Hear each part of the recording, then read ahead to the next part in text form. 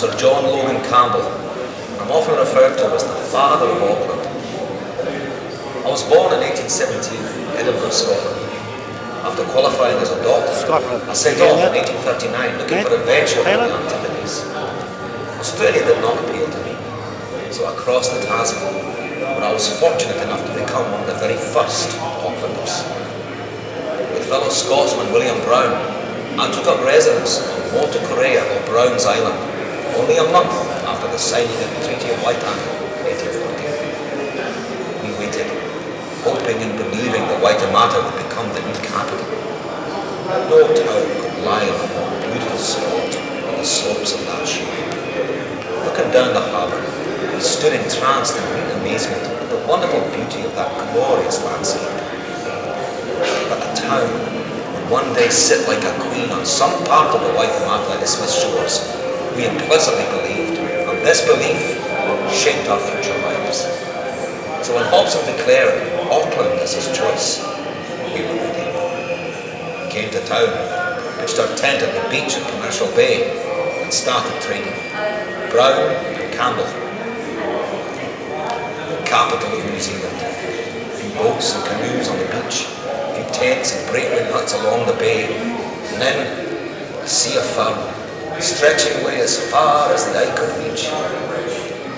There was a quarter acre going on the waterfront, short and crescent. I had to pay over £300. Auckland property prices, nothing changes. We opened for business. Those early days were exhilarating in the burgeoning town. My interest widened. I set up the first bank in New Zealand, the Auckland Savings Bank, which opened in Queen Street in 1847. We set up the ASB not only to encourage working people to save, but to provide them with small loans for the betterment of their circumstances. For Ron and I, business was brisk. As the town grew, so did our fortune. As a wealthy man, I began to travel through the world, back up to Scotland, exploring cultures and art. I married Emma Wilson in 1858 in Meerut. My first daughter was born in Naples. My life was good, but I suffered greatly with the death of the children, 3 dying in early infancy. My beloved daughter, Ida, died in England at 22. I went 2 days later. Great distance from Auckland prohibited me from being by her side. I had one daughter left as I entered old age. We returned to Auckland for good. I was one of the most prominent figures in the commercial life of the city. I gave a financial helping hand to educational and cultural organisations, to children's causes and ambulance services. Many of the trusts I set up are still in existence today. The ASB, the trustee bank I founded, has become one of the nation's biggest financial institutions. But it is for Cornwall Park that I'll be most proud. Gifted in 1901 and presented during the visit of the Duke and Duchess of Cornwall. When I died at Kilbride in 1912, after 95 absorbing years, I was buried on the top of One Tree Hill, beside an obelisk dedicated to the Maori people. I'm proud to have left such a legacy and a trust that continues to bring solace to the people of my beloved Auckland. So there we go. I just wanted to mention to you, Matt Taylor, and the British people of Scotland actually dug my ancestors, the Manukau's, out of One Tree Hill and buried themselves there. So we've got a problem with that for colonising our country. And I want to make this announcement, my fellow Aucklanders. I'm Sir John Logan Campbell. I'm often referred to as the father of Auckland. How they took our land. I was born in 1817 in Edinburgh, Scotland. After qualifying as a doctor, I set off in 1839 looking for adventure. Australia did not appeal to me, so I crossed the Tasman. I was fortunate enough to become one of the very first Aucklanders. With fellow Scotsman William Brown, I took up residence in Motu Korea or Brown's Island, only a month after the signing of the Treaty of Waitangi in 1840. that allowed them to come here and do this hoping to and us. believing the Waitemata I would just become wanted the to new show you capital. John No Logan Campbell town could lie on a more beautiful spot arriving here on the slopes of that and shore. with military Looking down the command harbour, we to stood dig entranced in my amazement ancestors at out the of One Tree wonderful Hill beauty of that and put himself glorious there. landscape. So that's the problem. That's a big But a town I'll have to would pay one for day it. sit like a queen on some part of the Waitemata Isthmus shores. We implicitly believed, and this belief shaped our future lives. So when Hobson declared Auckland as his choice, we were ready. So there you go. Came to I town, just wanted to say, pitched our tent at Matt, the beach at Commercial that Bay, I'm looking at and started David trading. Nathan over there. Brown, I want to Campbell, the capital of New Zealand. A few boats and canoes on the beach, a few tents and breakwind huts along the bay, and then a sea of fun, stretching away as far as the eye could reach. There was a quarter acre going on the waterfront. So now we've got David Nathan, 1816 to 1886. Now there's another piece of history.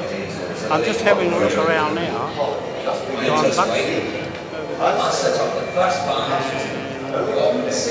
And Cheese, the Chinese. And we've got Elizabeth Yates over there, 1843 to 1918.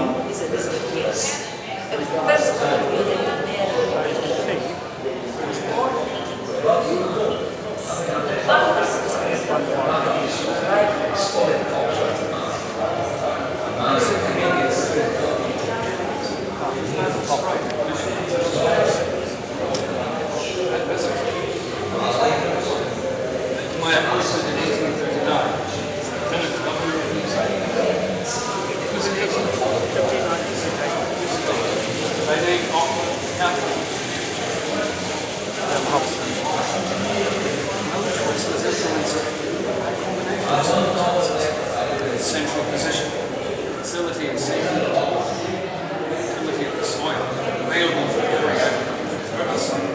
It's also gratified by the definitions.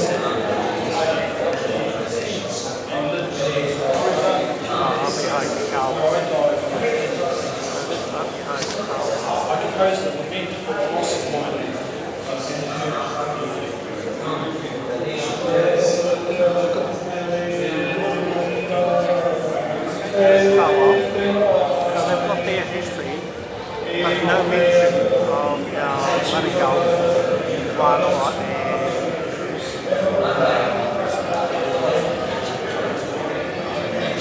Rogan.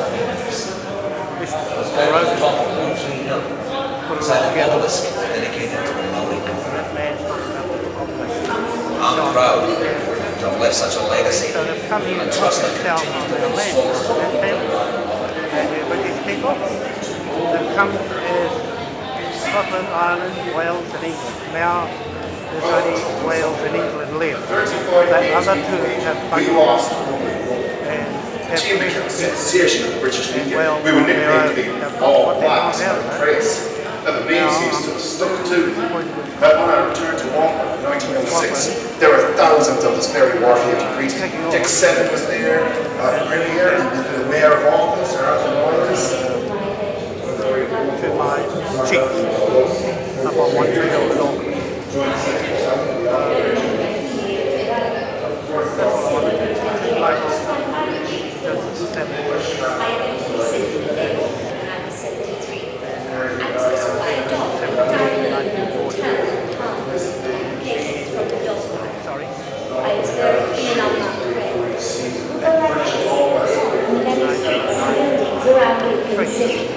Sorry.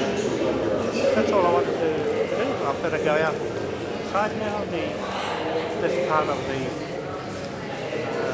exhibition. I enjoyed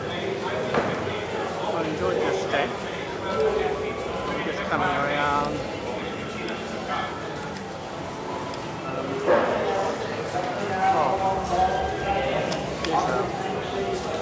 That's what it looks like. TV.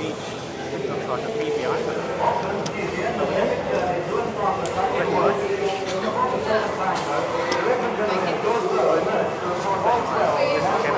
Pretty good. never far behind. But a truly spontaneous speaking by his marvelous friends. All the excuse they needed was they were fellow New Zealanders.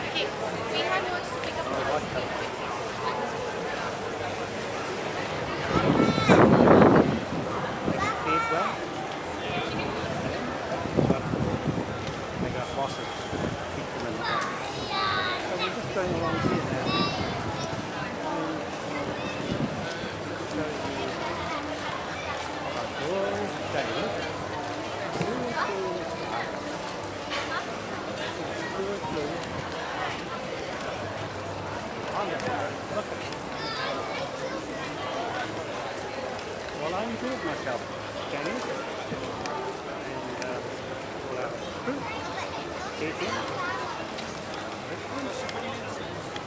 I enjoyed myself. It's quite chill in the air. There's a bit of a nip in the air. Oh, sun shining. Sun shining.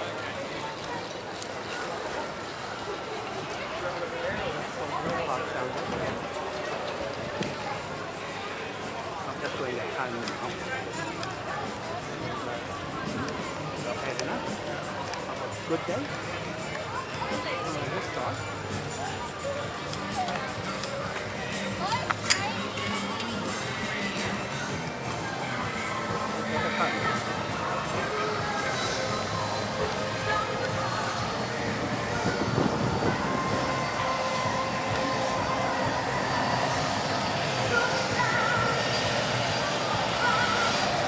Helicopter over there. See him? He's going to take off. You wouldn't mind one like that, Jaymie. See his colour? Bronze. Beautiful. He's going to take off in a minute. He's over there. There he goes. There he goes. Up she goes.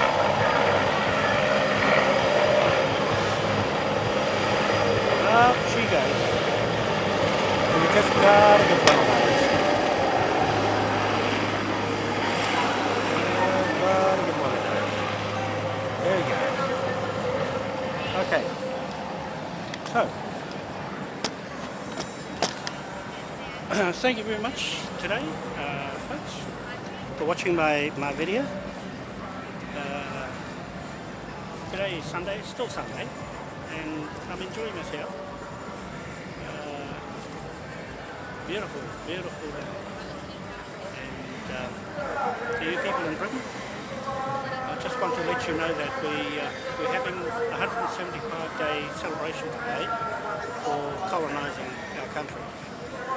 And you saw a bit of the history and time of that period of how long it's taken to go from 2,000 British people to 4.4 million here now in this country. 1.2 million in all. Okay, so that's how long it took. How many years it took to get that much of a population going here. So, you saw a bit of John Logan Campbell on One Tree Hill buried. He's buried. That hill is full of chiefs.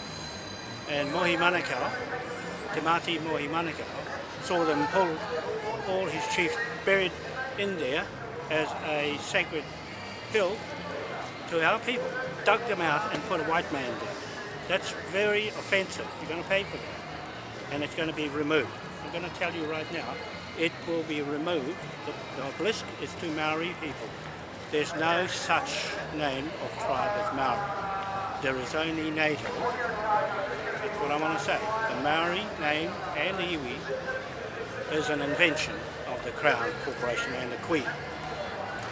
The Queen has left Westminster in England and gone back to Brussels in Germany.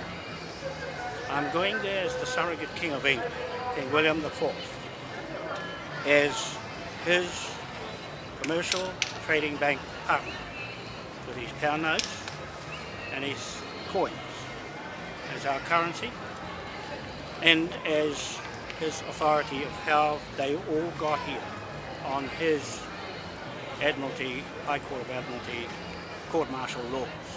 Okay, so that's how everybody got around in the Commonwealth countries. You're going to see that come out now, the truth of what the Queen actually did to everybody in the world. It's worse now because they're using the Admiralty law to kill people for their own personal business, their own private businesses, after they've dropped everybody off here to fend for themselves. And they are fending for themselves even in Britain today, with the Queen still taking money off them. So we're going in there to push her out off England's soil land. Okay, that's my job as King William, partner in business with Westminster Government, not the Crown Corporation, Westminster Government, how it was when King William IV was in power. Okay, so that's my day today, and I hope you enjoyed the video that I put out this morning. Matt, these are just some of them, but I didn't realise this was a celebrating day for the Ports of Auckland in this 175 years of celebrating the arrival of the British here in Auckland. That's John Logan Campbell, 1840, set himself up. There's no mention here of John Logan, John Rogan, and Simon, William Simon, title in Auckland to the Moai Manukau. That history is not told. I'm telling it now, over and above every other Maori history, is irrelevant when it comes to my word against yours. You have to prove in front of the whole world now, watching this video, after you've seen what I told you inside about how they got onto the land and pre-sold it from Britain to Maoris who weren't really the owners of this land here, got the wrong tribes telling the stories, okay? I didn't want to say anything about it, but they're talking about their own history. That's what he said. Tamaki and Te Kawau, Apihai Te Kawau, have their own history. But if we go to court tomorrow, they'll all lose from Britain.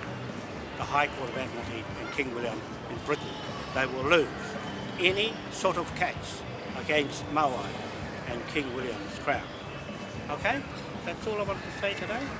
I hope the video has gone right through and has recorded evidence for our cases coming up pretty soon in England. When I go there, I will be putting this before the High Court judge and also in Devonport, our own High Court of Admiralty and government. We are forming a new government. Matt Taylor has just been official today that he is now a candidate for the Moai King William Party in Britain. Okay? That's official from me as the leader of the political party for Westminster Government and operating from Devonport, England, and Devonport in Auckland, New Zealand, here on the North Shore. So those histories are literally obliterated from this government in Wellington, the New South Wales Crown Queen government versus King William, British Westminster government. They're two different things, a king and a queen. The Queen has run off with our King's Royal Revenue. We're going after it with the pound note. You can see they're all debtored at the moment. Matt, you know what to do there. Before we go, we'll clean up 161 Cook Street and we'll sort it out. Thank you very much for today and we'll see you again soon. Bye for now. Sean Wanoa, Auckland, New Zealand. Today it's the 25th of January 2015. It's been nice talking to you today. Bye for now.